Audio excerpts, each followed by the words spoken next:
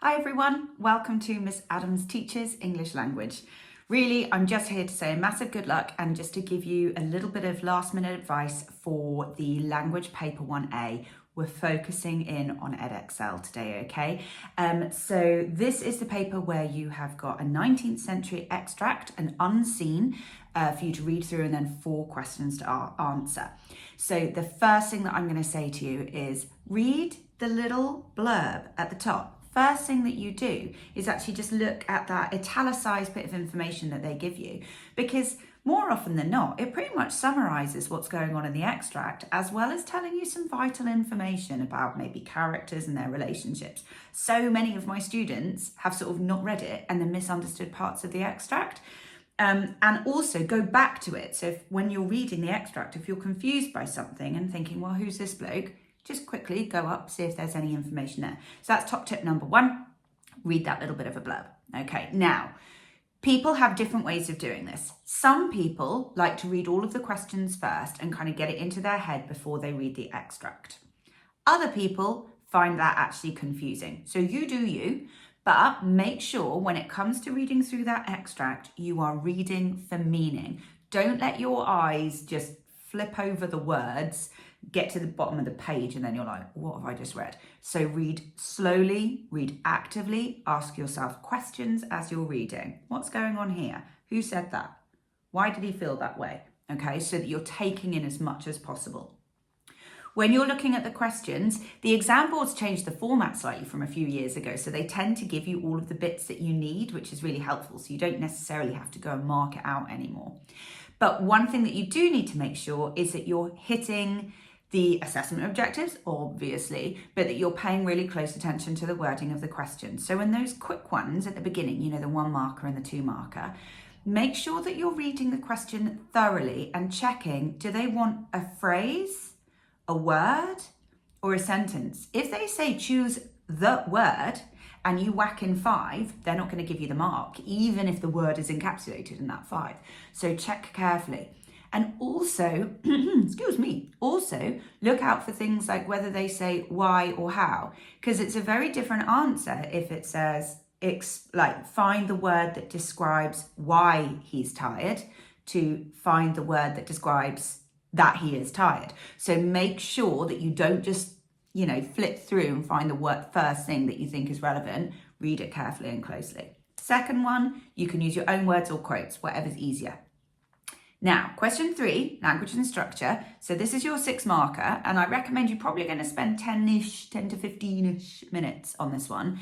The most important thing for you to remember is that you have to analyze both language and structure. If you only do one, they will cap you at 2 marks, and that's the kind of top of the mark that you could get. So largely people end up with like 1 mark out of 6, which we don't want. So my advice is to try and combine all the way through.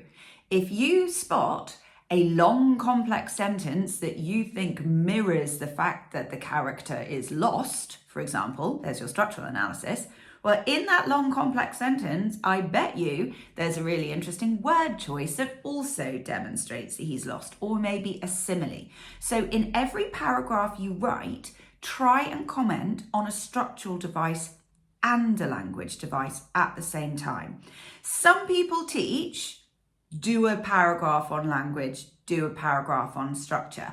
And okay, yeah, it means that you're going to stop yourself from getting capped. But I think the more thorough answers that cover more devices combine as they go. 2 to 3 paragraphs on that one.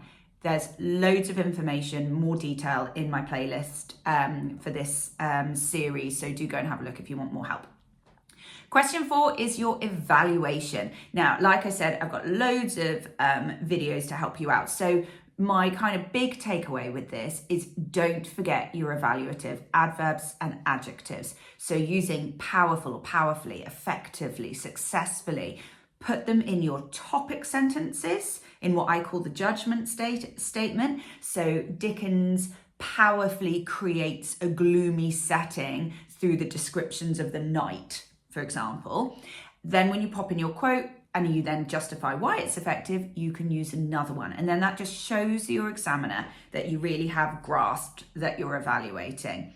There's loads more help on this on the playlist. So do go and have a little look for how to kind of like work your way through a question 4. But that evaluative language is super, super important.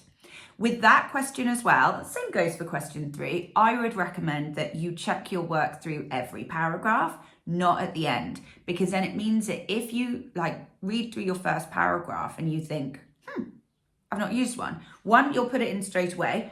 And then the second paragraph, you won't forget to do it. Okay, so check as you go.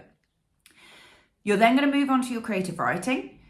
Now, please plan, please plan, and try to plan something that is plausible for the time you've got, which is sort of 45 minutes-ish, yeah? You're not going to be able to write a big galactic space battle. You know, you'll spend half the time setting up the context and then be like, oh, I've run out. So use the rule of 2 characters, 2 hours, 2 things happen, 2 places. Try not to go kind of over that. You know, obviously, like if you need both parents to be in it, that's fine. But my point is keep it small and contained and try and write what you know with embellishment. Okay, so use something that you actually understand to help you write more plausibly. If you've not experienced, you know, like some horrifying drug bust, then don't try and write it because you won't be able to. You know, try not just to nick things from the television, because the whole point is that, you know, the writing that goes into TV and film is hours and hours and hours and hours and hours of writing. So keep it simple. Check your work as you go. Make sure that opening is really effective. You know, punch your examiner in the face with something really exciting. And make sure it's accurate, because you don't want your examiner to open up and be like, ugh, there's a comma splice. Other area that people tend to drop marks is using direct speech. So do make sure that you have checked the rules for how to set out your direct speech and how to punctuate it. Again, there's a video on that. That's in my spelling, punctuation and grammar playlist. But if you can't find it, give me a shout and I'll whack it up in the comments. Right, that's it from me. Just wanted to give you a whirlwind, but also just wanted to say massive, massive, massive good luck to everyone out there doing the Edexcel. And if randomly you're watching this not doing Edexcel, good luck to you as well. Shout out to my VIP boys again. Have to say it, good luck, good luck, good luck. And everyone I've been working with individual. All first ones coming. One more to go after this. Happy revising and massive good luck.